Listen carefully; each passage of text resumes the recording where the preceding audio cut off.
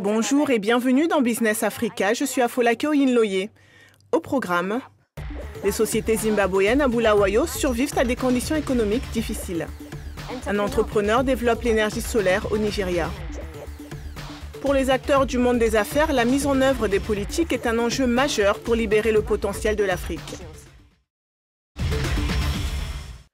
Bulawayo, la deuxième ville du Zimbabwe, était autrefois le centre industriel du pays, mais en raison de l'effondrement économique, des centaines d'entreprises ont été fermées, mais quelques compagnies comme United Refineries Limited, qui fabriquent du savon et de l'huile de cuisine, ont continué à fonctionner malgré un environnement économique difficile. Africa News s'est rendu à Bulawayo et s'est entretenu avec Busisa Moyo, le directeur général de United Refineries Limited.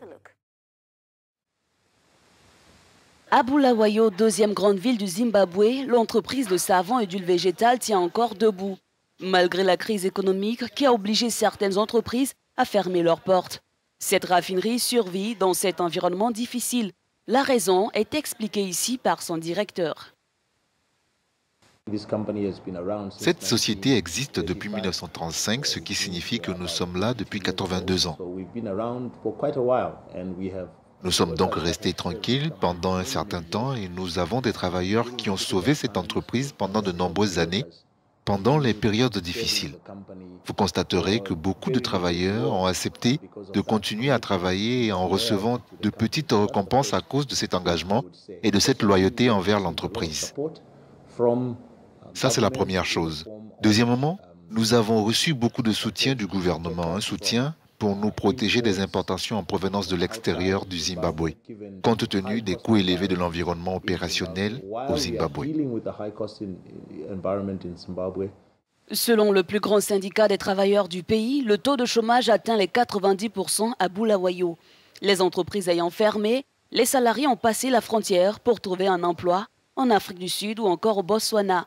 Pour cet économiste, l'État doit adopter des réformes visant à protéger les futurs investisseurs. Tout d'abord, il devrait y avoir des politiques. Je veux dire des politiques qui permettront aux entreprises locales et aux industries de produire, de les protéger contre l'afflux des biens importés. Par exemple, les industries textiles étaient très fortes ici. En fait, dans la capitale industrielle, ici à Bulawayo, mais en raison des vêtements bon marché tels que l'amabélé, vêtements de seconde main, les industries locales n'ont pas été en mesure de rivaliser avec les importations, donc il devrait y avoir des politiques qui protègent les industries locales. En attendant que les investisseurs reviennent à Bulawayo, les populations devront faire face à l'interdiction de toutes les importations de fruits et légumes décidées par les autorités pour économiser ces devises. Calvin Jakashira, un journaliste du Zimbabwe, se joint à nous pour faire la lumière sur cette question. Bienvenue, Monsieur Jakashira. Je suis content de parler avec vous. Plusieurs entreprises ont fermé en raison de la crise économique. Vous êtes sur place. Est-ce que la situation est aussi mauvaise que le rapportent les médias? Bulawayo n'est pas isolé du reste du Zimbabwe. C'est la principale agglomération économique qui affecte l'industrie et le commerce. Depuis le début de la crise, des centaines d'entreprises y ont fait faillite. D'autres qui faisaient partie des principales industries ont été converties en boutiques, en entrepôts pour les produits importés, particulièrement en Afrique du Sud.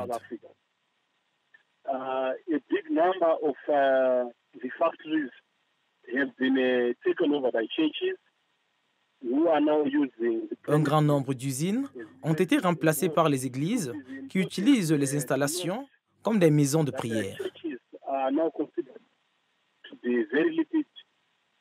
C'est important de noter que les églises sont importantes pour les propriétaires de ces industries désertées. Ils préfèrent les laisser aux églises. Voilà ce qui se passe en bref à Bulawayo. Le gouvernement soutient-il au moins les entreprises existantes qui ont su résister au ralentissement économique? Le gouvernement a pris certaines mesures d'intervention. Par exemple, je peux vous dire qu'à Bulawayo, qui est la seconde plus grande ville et le cœur des activités économiques du Zimbabwe, Le gouvernement a mis sur pied un partenariat avec des anciennes mutuelles afin de rendre disponibles 40 millions au titre du fonds des zones industrielles marginalisées. Mais cela est apparu comme une goutte d'eau dans l'océan.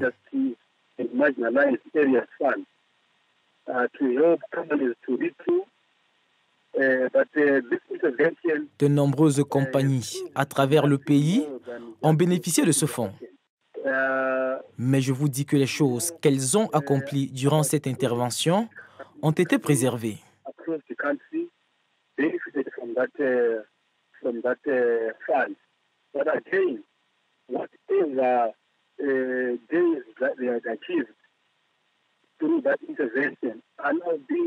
Vous savez peut-être que ces entreprises sont incapables d'avoir accès au capital et aussi qu'elles sont incapables d'acquérir des matières premières.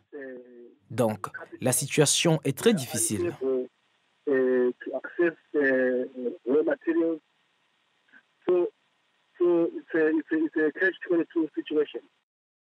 Merci pour votre contribution. Après la pause, nous irons visiter Yola au Nigeria où un entrepreneur aide à résoudre l'approvisionnement en énergie dans la ville.